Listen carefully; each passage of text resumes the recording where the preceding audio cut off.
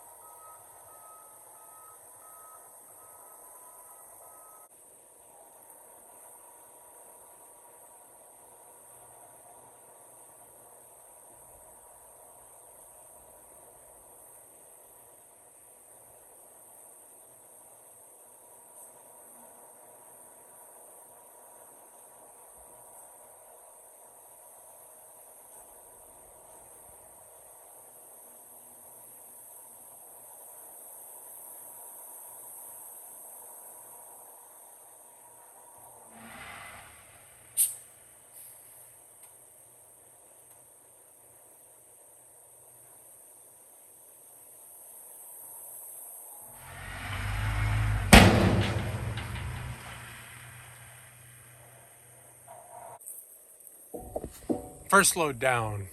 We got another 3, maybe 4 coming. So I got the custom 1022 with the Silencer Co. Little 22 can on it, 2 can. It looks like both of the mags I grabbed are subs, so we're going to shoot some subsonics. And I don't remember if I said it, but I ranged us here at 100 yards to the berm that these guys just dropped. You can see my burn pile here in the way. Let's go and put this target up. Now, I am waiting on more loads for the berm. It's very deep, the berm. Now, I haven't packed it down or anything, but I'm just shooting 22 at it. I stuck that on there, but I did bring an actual target. It's a little makeshift stand that I made real quick. Made it lower than my regular target stand, so that's what we'll be shooting at today. Let me stick this target up and I'll show you what it looks like. Got this kind of bog area right here next to the berm. So that's what we got. We got a little shoot and see up. Splatterburst target. Sorry guys, I called you something else. Let's see how loud you guys think this is. Being that they're both sub, I'm not going to wear this. They look subs, and honestly, I mean, it's 22, so it is what it is. We're going to load it up. I do have one in the chamber from before I pulled this mag to compare it with this one. I'm wearing the mic, so we'll get a good, at the shooter's ear kind of perspective of how loud this is. And keep in mind, out here in the open, sound carries. I have shot this a couple of times out here before the berm was available.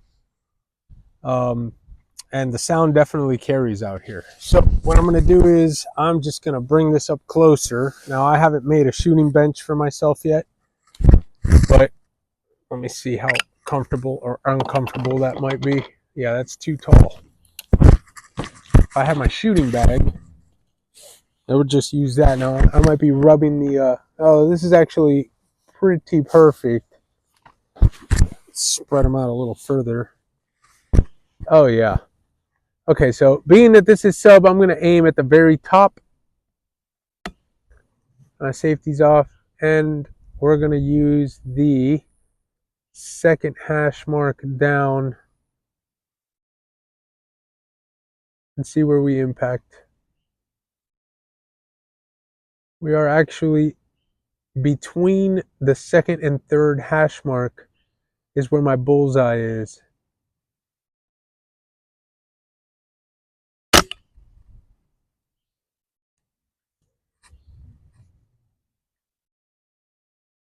I don't see my impact at all.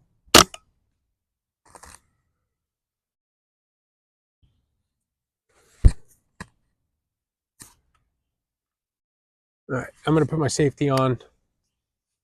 We're gonna go take a look at what our impacts are at 100. Now, I don't believe that I set this up at 100.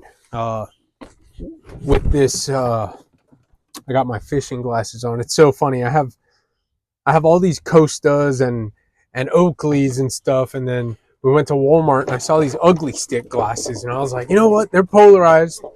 Let me get those just to kind of wear around and use as safety goggles, use as safety glasses, and maybe I'll even fish with them since they're not really tinted. They're just kind of yellow.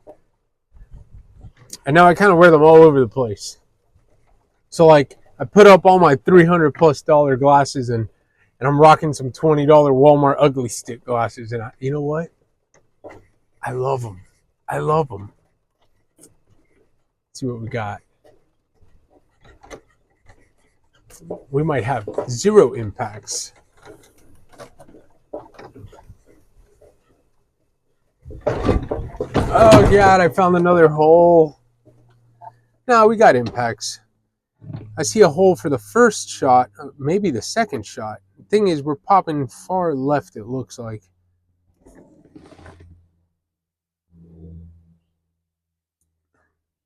So we're actually hitting closer to my bullseye than I thought. So I imagine I must have gone over with my first shot. So I'm going to put my bullseye on the center. I'm going to take another shot. We're going to call that one our first hit and then go from there. So let's see. Let's back up so we don't run into this wilderness here.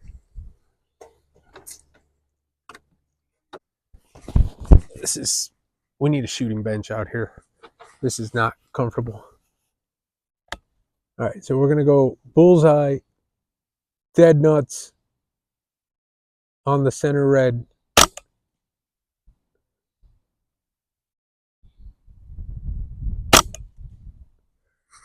Okay, let's go see where we hit and make adjustments from there.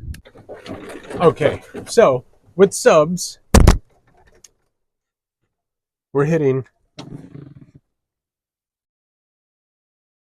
just beneath the bullseye. I'm going to call it about 2.5 and then maybe 3.5 inches low. And the rifle is zeroed with supersonics. So that's actually not a lot of drop considering how underpowered those subsonic 22s are. One more time. This time we're going to shoot right in there.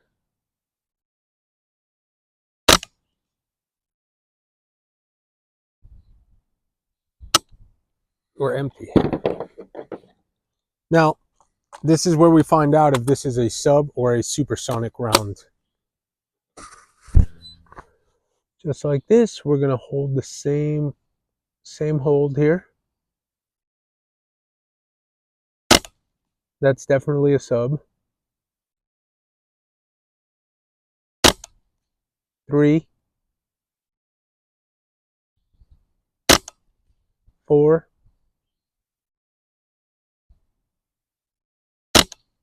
5. All right, let's go take a look.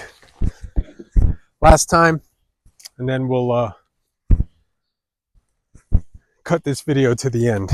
And I'll let you guys look at the road this time.